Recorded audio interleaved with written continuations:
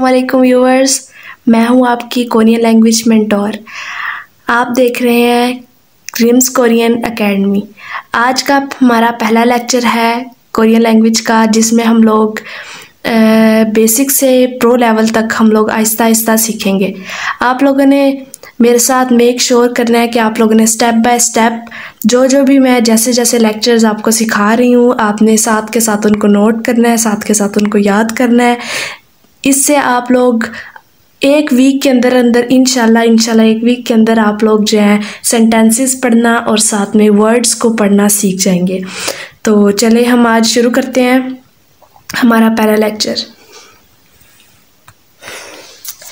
आज के हमारे पहले लेक्चर के अंदर हम लोग सीखेंगे कॉन्सोनेंट्स।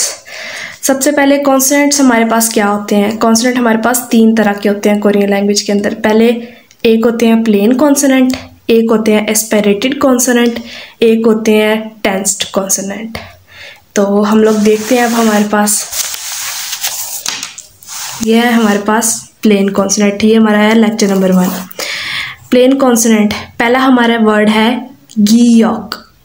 गीयोक, इसको हम पढ़ेंगे गीयोक। अभी आप लोगों को ये बात सोचने की ज़रूरत नहीं है कि गीयोक क्या है। गीयोक इज़ नथिंग, जस्ट ये हम लोग सिर्फ हम प्रोनाउंस करने के लिए इसको बुलाएंगे गीयोक। उसके बाद और एक चीज़ मैं आपको बताऊं, अगर आप लोग लिखना भी सीखना चाहते हैं ना, तो सबसे पहले हम लोग देखते हैं कि गीयोक को लिखते कैसे हैं, कोरियन लैंग्वेज लिखनी कैसे है हम लोग यहाँ पर मैं आपको लिख कर बताती हूँ कि कोरियन जैसे हम लोग लिखते हैं ना ए, ठीक है, ये हम लोग का ए लिखने का स्टाइल है, या फिर हम लोग का अलिफ बे, ठीक है, ये हम लोग का लिखने का तरीका है। तो जो हमारे पास कोरियन ना, उसको हम लोग कैसे लिखते हैं, हम लोग ने यहाँ से स्टार्ट किया, ठीक है, और इसको ऐसे, ठीक है, ये गाफ गीयोक, ठीक है, ये हमारे पास पहला वर्ड हो गया, ठीक है। तो हमारे पास ये क्या है, गीयोक। नी उन दी गुत, ये डी और टी की साउंड, ये इस गीयोक, ये इसके अंदर गाफ, काफ और गाफ की आवाज़ है, ठीक है। ये नी उन, इसके अंदर नून की आवाज़ है सिर्फ, नी उन। दी गुत, दी और टी की आवाज़ है, दाल और ते, दी गुत। री उल, लाम और रे की आवाज़ है। तो अभी सिर्फ आप लोगों ने इन चीज़ों को याद रखना है कि इसके अंदर ये किस किस चीज़ की साउंड करें। हम लोगों ने सिर्फ ये जो री उल, ये नी उन, दी गुत, ये जो हम लोगों ने आवाज़ें हैं ना, ये हम लोगों ने इनको जो हमारे साउंड्स हैं ना, उनको हम लोगों ने कैसे प्रोनाउंस करना है। जब हम लोग वर्ड्स पढ़ेंगे ना, उसके अंदर हम लोगों ने कहाँ कहाँ गाफ को लेके आना है, कहाँ उसको काफ को लेके आना है, कहाँ नून को लेके आना है। सिर्फ हम लोगों को ये चीज़ें याद रखने के लिए हम लोगों ने इसकी ऐसी साउंड्स बनाई हुई है, ठीक है। तो अब हम मी उम, एम की और मीम की आवाज़, बी उप, बे की और पे की आवाज़, ये शी उत, सीन और शीन की आवाज़, ई उंग, एम और जी की आवाज़, नुंग की आवाज़ देता है ये, ठीक है। ये जी उत, जी और टी की आवाज़, जीम और ते की आवाज़ देता है, ठीक है। और बाकी जो है ये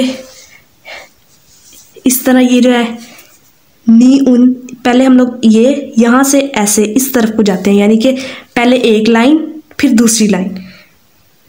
दूसरा है हमारे पास दी गुत, वो कैसे लिखा जाएगा हमारे पास, ऐसे एक लाइन, दूसरी लाइन, तीसरी लाइन, इस तरह, यानी कि लाइन बाय लाइन इस तरह। ये नहीं कि हमने ऐसे नहीं हम लिख सकते इसको इस तरह, नो, ये क्रॉस है, ये रॉन्ग है, ठीक है। अगले हमारे पास है एस्पिरेटेड कॉन्सोनेंट। एस्पिरेटेड कॉन्सोनेंट हमारे पास कौन से होते हैं, ये तनाव वाले अल्फाज होते हैं, तनाव वाले अल्फाज।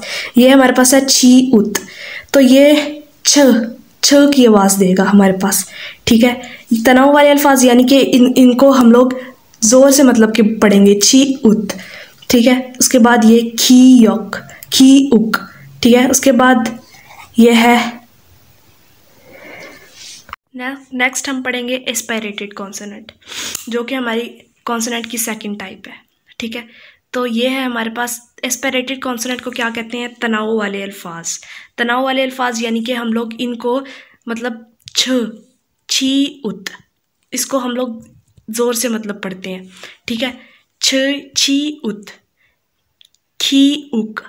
तो जब हम लोग कोरियन पढ़ेंगे ना, उसके अंदर जब ये वाला वर्ड आएगा ना, तो हम इसको ख पढ़ेंगे, ठीक है। जैसे ये ख, ठीक है। उसके बाद ये क्या है? थी उत, ये थ की आवाज़ देगा, ठीक है।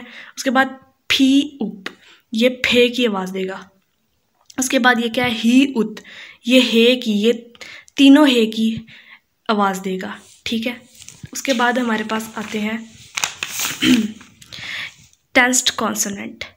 टेंस्ड कॉन्सोनेंट क्या होते हैं? ये हमारे पास ये दिखने में तो ये गी यक है, दी गुत है, बी उप है, शी उत है, छी उत है, संग जी उत है, ठीक है।